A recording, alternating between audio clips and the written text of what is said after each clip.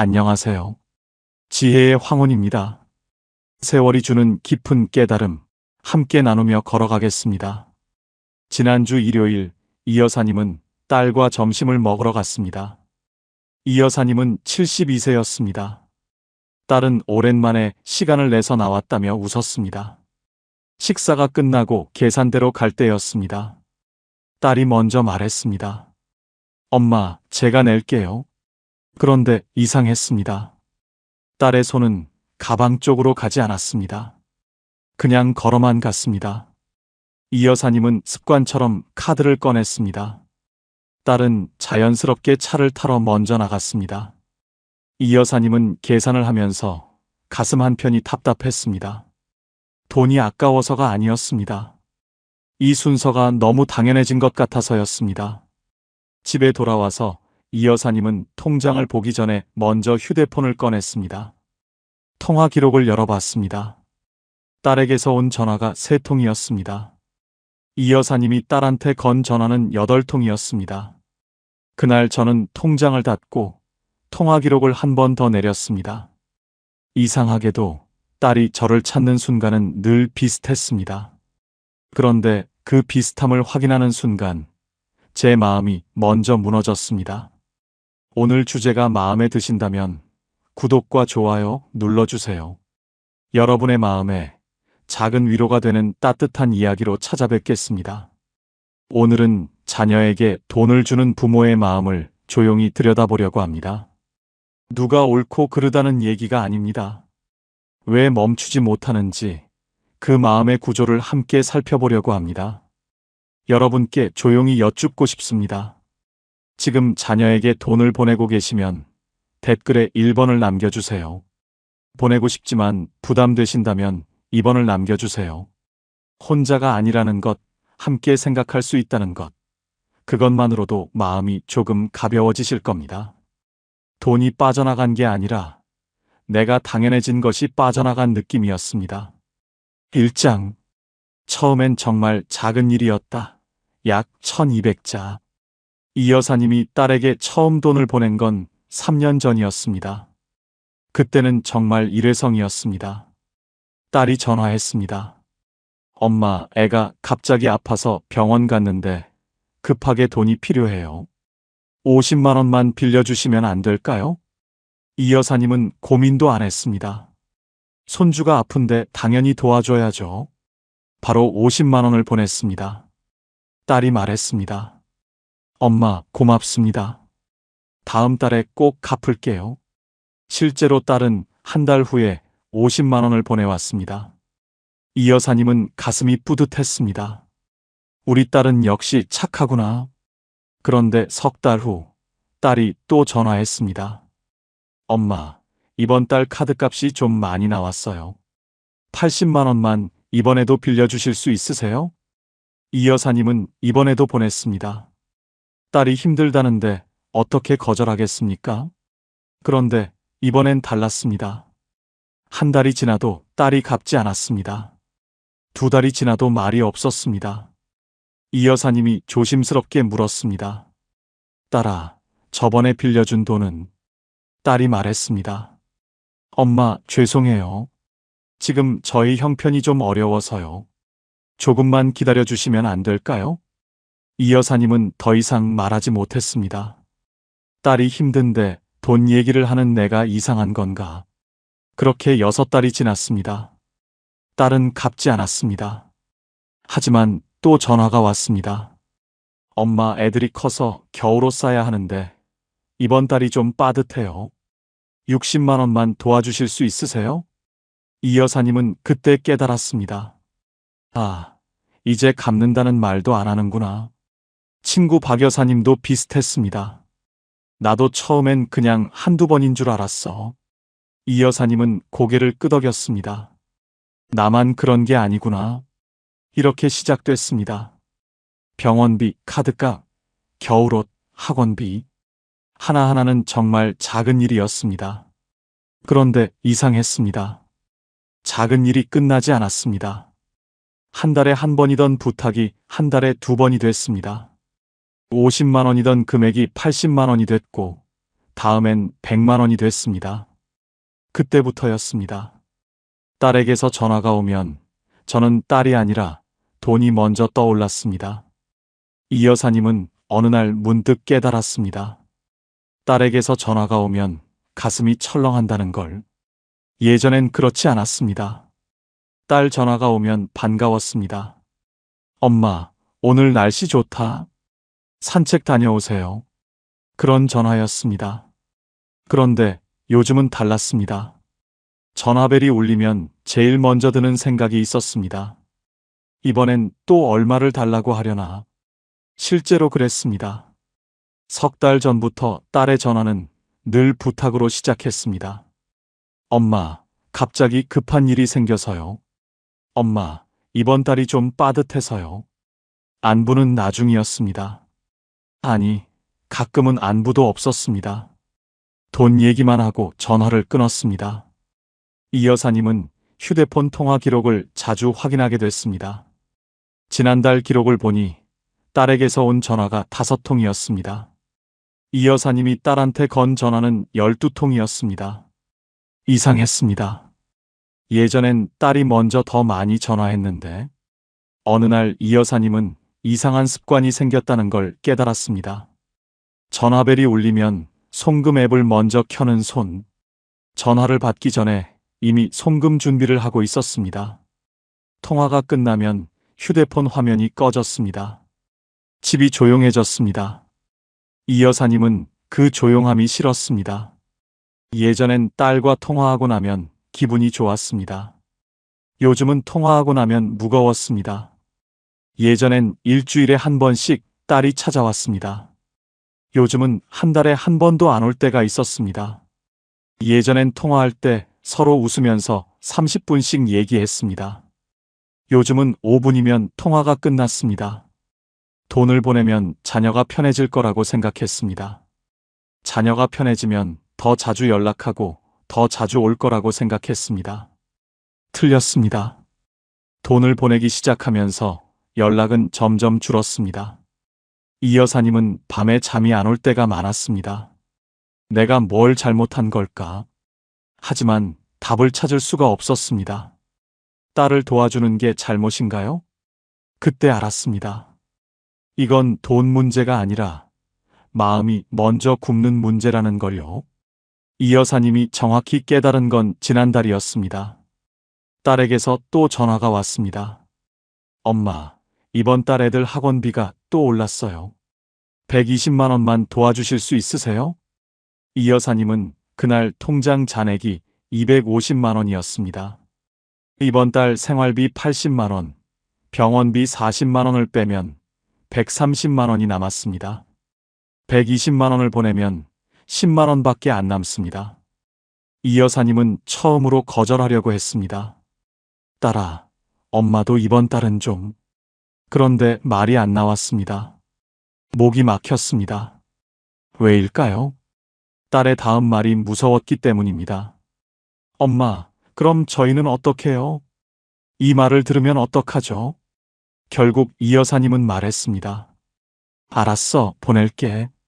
전화를 끊고 이 여사님은 한참을 멍하니 앉아 있었습니다. 나는 왜 거절을 못할까? 답은 간단했습니다. 미안해서였습니다. 돈을 잃는 게 무서운 게 아니라 딸이 실망하는 표정을 상상하는 게 더 무서웠습니다. 그날 이후 이 여사님은 한 가지를 시도해 봤습니다. 딸이 부탁했을 때 이번엔 조금 어려울 것 같아라고 말했습니다. 딸이 말했습니다. 네, 알겠어요. 그럼 제가 알아볼게요. 그리고 전화를 끊었습니다. 이틀이 지났습니다. 딸에게서 연락이 없었습니다. 사흘이 지났습니다. 여전히 연락이 없었습니다. 이 여사님은 불안했습니다. 딸이 화난 걸까? 딸이 상처받은 걸까? 딸이 나를 나쁜 엄마라고 생각하는 걸까? 결국 이 여사님이 먼저 전화했습니다. 딸아, 엄마가 저번에 못 도와줘서 미안해. 괜찮아? 딸이 말했습니다. 엄마, 그럼 이번엔 도와주실 수 있으세요? 이 여사님은 그날 120만 원을 보냈습니다. 친구 정 여사님이 말했습니다. 우리는 주는 게 당연하다고 생각하니까 미안한 거고, 애들은 받는 게 당연하다고 생각하니까 미안하지 않은 거야. 이 여사님은 고개를 끄덕였습니다. 자녀가 힘들다는데 외면하는 게 죄를 짓는 것 같았습니다. 자녀가 도움을 청하는데 거절하는 게 자격 없는 부모 같았습니다. 그래서 계속 줬습니다. 통장이 줄어들어도 줬습니다. 병원비를 미뤄도 줬습니다. 왜냐하면 안 주면 미안했으니까요. 그날 이후 저는 거절을 생각하기 전에 이미 송금 버튼을 찾고 있었습니다. 이 여사님은 요즘 이상한 일을 경험합니다. 딸에게 돈을 보내지 않으면 불안합니다. 이게 무슨 말일까요? 예전에는 딸이 부탁하면 고민했습니다. 보낼까 말까? 지금은 고민하지 않습니다. 딸이 부탁하면 그냥 보냅니다. 왜냐하면 안 보내면 더 큰일이 날 것 같으니까요. 지난주 일입니다. 딸에게서 문자가 왔습니다. 엄마, 이번 달 카드값 때문에 좀 급해요. 100만 원 부탁드려요. 이 여사님은 그날 통장 잔액이 180만 원이었습니다. 이번 달 생활비 70만 원이 아직 안 나갔습니다. 100만 원을 보내면 80만 원밖에 안 남습니다. 생활비가 부족합니다. 그런데 이 여사님은 생각했습니다. 이번에 안 보내면 다음 달에 더 큰 금액을 달라고 하겠지. 실제로 그랬습니다. 석 달 전에 한 번 거절했더니 그 다음 달에 딸이 더 큰 금액을 부탁했습니다. 그래서 이번엔 그냥 보냈습니다. 100만 원을 보내고 생활비는 줄였습니다. 친구 박 여사님은 더 심했습니다. 박 여사님은 요즘 아들의 생활비 일부가 됐습니다. 아들이 매달 초가 되면 전화합니다. 엄마, 이번 달. 말을 끝까지 하지도 않습니다. 박 여사님은 말없이 송금합니다. 한 달에 한 번 100만 원. 이 여사님이 물었습니다. 언니, 이게 언제까지 계속되는 거예요? 박 여사님이 한숨을 쉬었습니다. 모르겠어. 끝이 없어. 이 여사님은 깨달았습니다. 이제는 돕는 게 아니라 멈추면 무너질 것 같았습니다. 처음엔 도와주는 거였습니다. 지금은 안 주면 안 되는 거였습니다. 차이가 뭘까요? 처음엔 선택이 있었습니다. 보낼까 말까. 지금은 선택이 없습니다. 보낼 수밖에 없어. 친구 정 여사님은 더 서러웠습니다. 정 여사님, 아들은 요즘 고맙다는 말도 안 합니다. 문자가 왔습니다. 입금 확인했습니다. 그뿐입니다. 이 여사님 딸도 비슷했습니다. 엄마, 감사해요가 받았어요로 바뀌었습니다. 이게 관계가 맞나요? 돈이 필요할 때만 떠오르는 존재. 부탁이 먼저인 관계. 이 여사님은 밤마다 생각했습니다.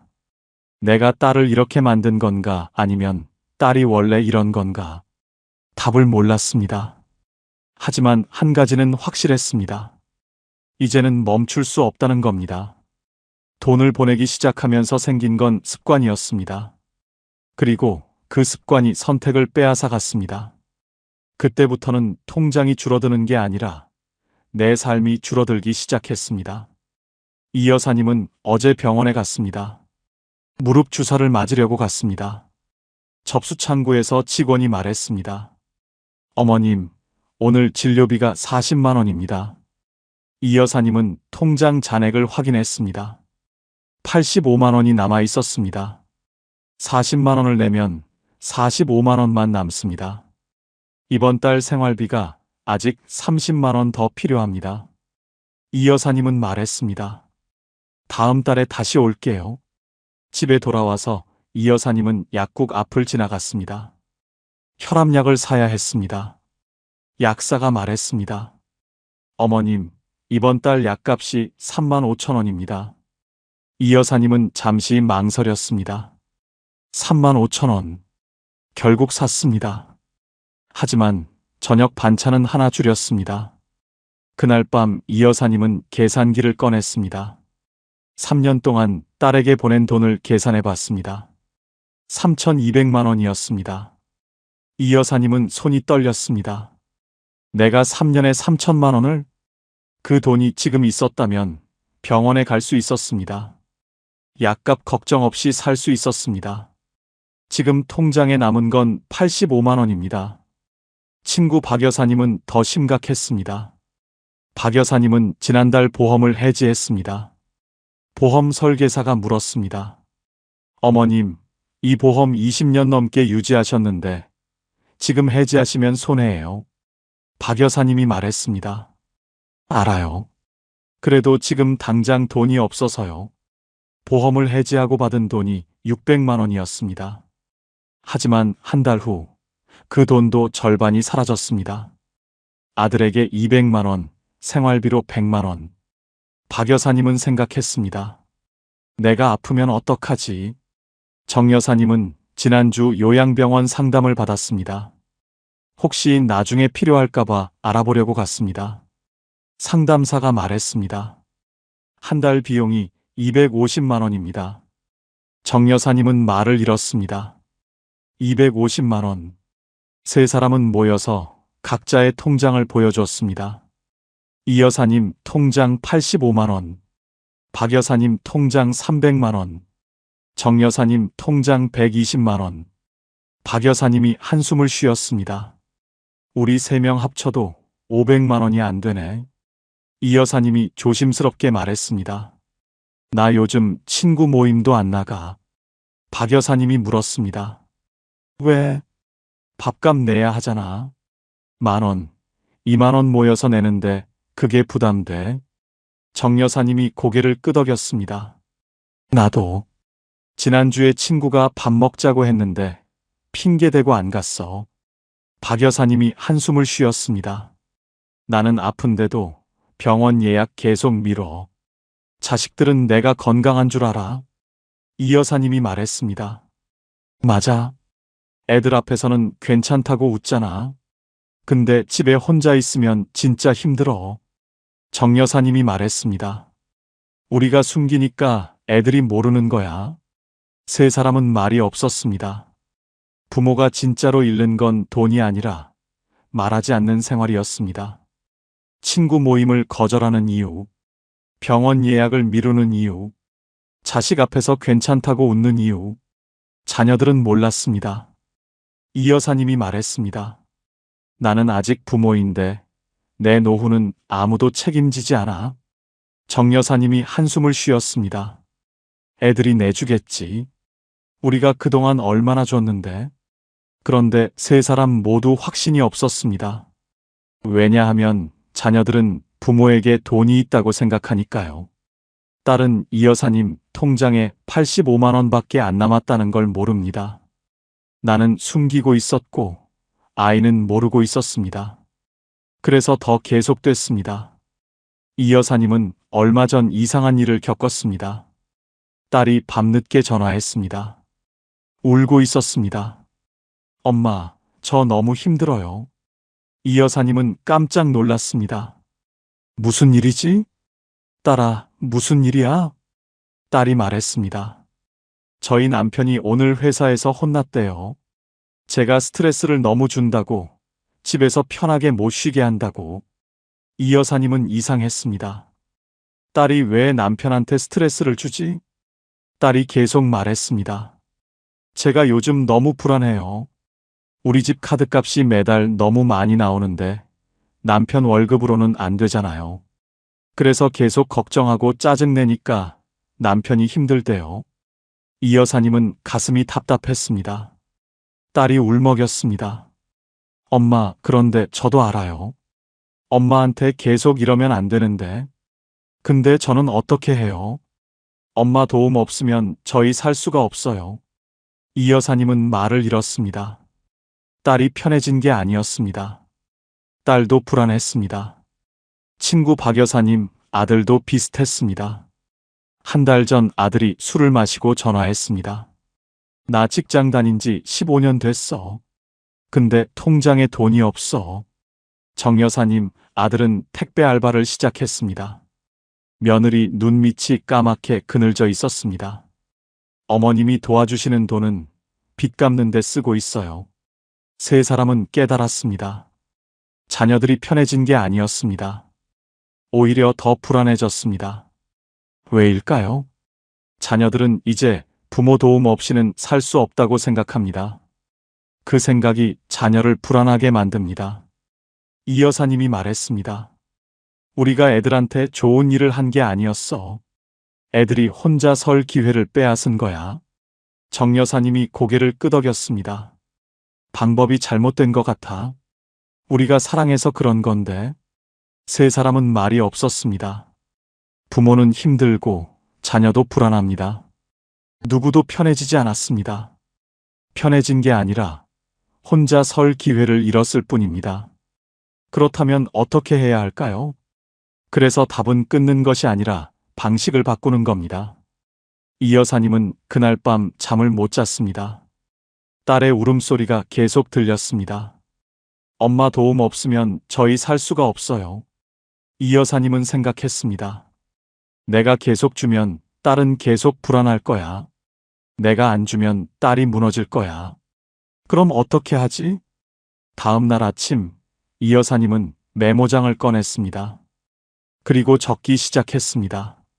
내 최소한 달 생활비는 80만 원이고, 약값이 포함된 병원비 40만 원 정도. 그렇다면 남는 돈은 얼마일까? 이 여사님은 계산했습니다. 국민연금이 80만 원입니다. 생활비에 다 쓰입니다. 그럼 병원비는? 딸 도움은? 이 여사님은 깨달았습니다. 지금 내 통장에 85만 원밖에 없는데 병원도 못 가고 있구나. 이 여사님은 새로운 규칙을 적었습니다. 첫째, 내 생활비 먼저 남기기. 둘째, 급한 돈은 딱 한 번만. 셋째, 정기 지원은 하지 않기. 넷째, 부탁받으면 24시간 생각하기. 이 여사님은 메모를 보면서 한참을 앉아 있었습니다. 네 번째 규칙이 가장 중요했습니다.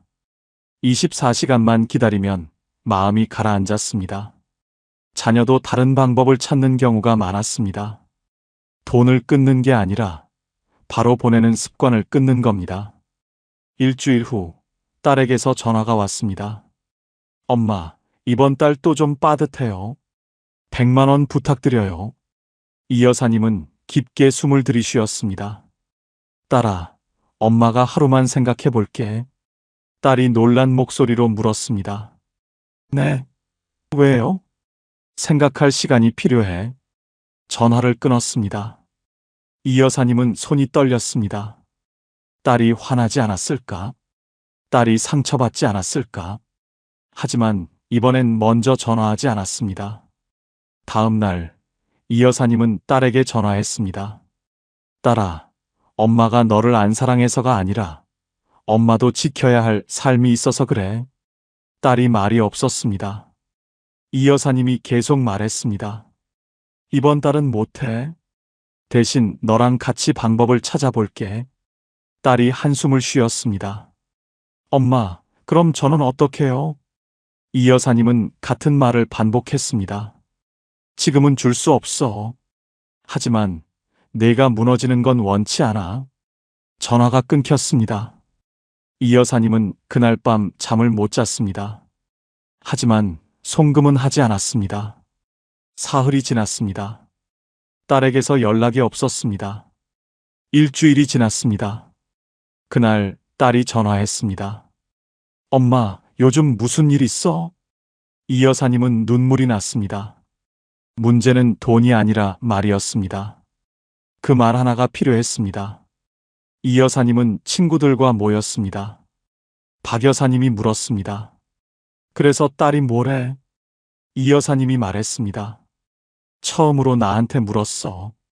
요즘 무슨 일이 있냐고. 정 여사님이 놀랐습니다.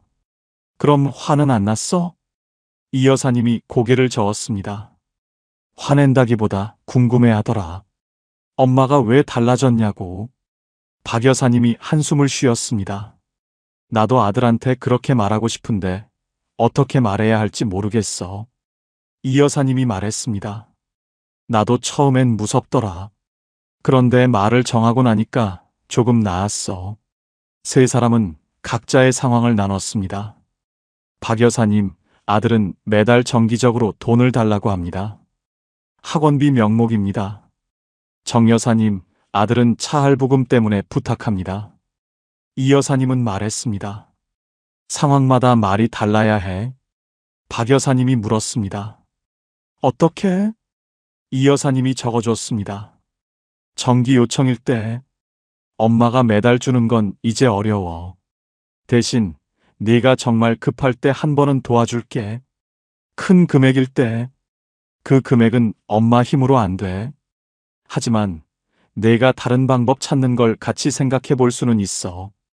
여러 번 반복될 때 엄마도 앞으로 살아갈 날이 남았어. 이번 달까지는 도와줄 수 있는데 다음 달부터는 내가 스스로 해봐. 그리고 가장 중요한 세 문장을 따로 적었습니다. 언제든 쓸 수 있는 앵무새 문장 3개. 지금은 어려워. 사랑해서 그래. 방법은 같이 찾자. 이 여사님이 설명했습니다. 이 세 문장은 상황이 어떻든 계속 반복해도 돼. 자식이 화를 내도 울어도 설득하려고 해도 같은 문장을 반복하면 우리 마음도 흔들리지 않아. 박 여사님이 메모를 보면서 물었습니다. 그런데 정기 지원이 뭐야? 이 여사님이 말했습니다. 매달 100만 원 주는 거 있잖아. 그게 정기 지원이야.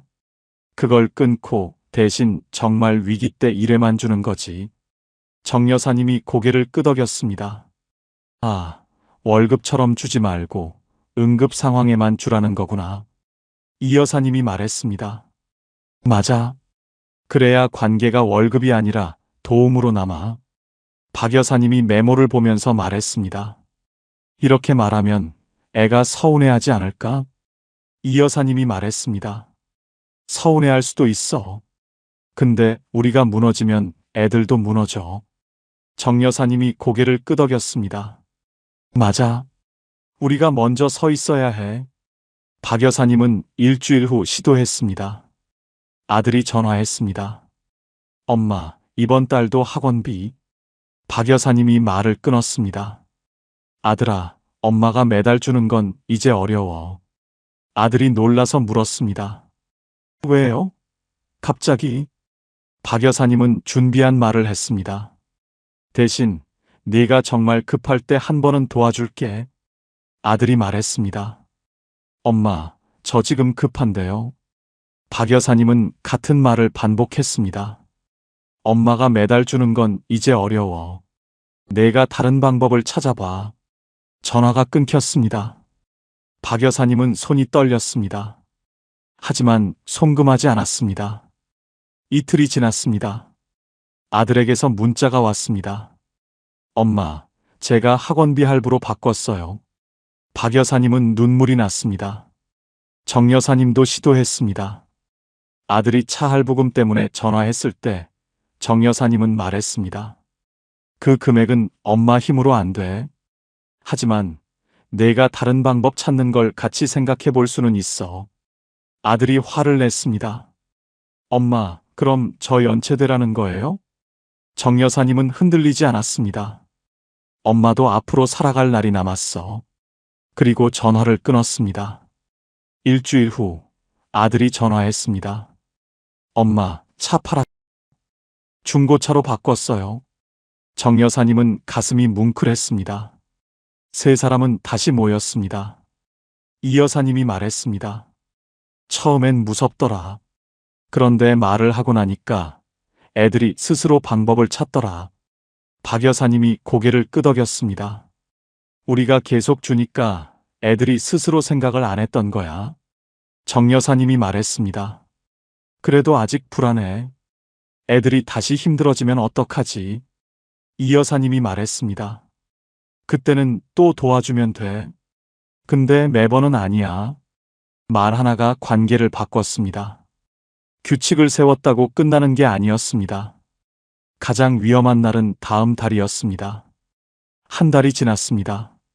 명절이 다가왔습니다. 이 여사님은 그날 아침 문자창을 열었습니다. 딸에게서 온 문자였습니다. 엄마, 명절 준비하려면 돈이 좀 많이 들어요. 이번만 도와주시면 안 될까요? 이 여사님은 손이 떨렸습니다. 이번만이라는 말. 바로 이 말 때문에 3년 동안 계속 줬습니다. 이 여사님은 송금 앱을 켰습니다. 손가락이 송금 버튼 위로 갔습니다. 그런데 멈칫했습니다. 냉장고가 보였습니다. 반찬통이 줄어든 칸들, 약봉지가 쌓여있는 선반. 이 여사님은 달력을 봤습니다.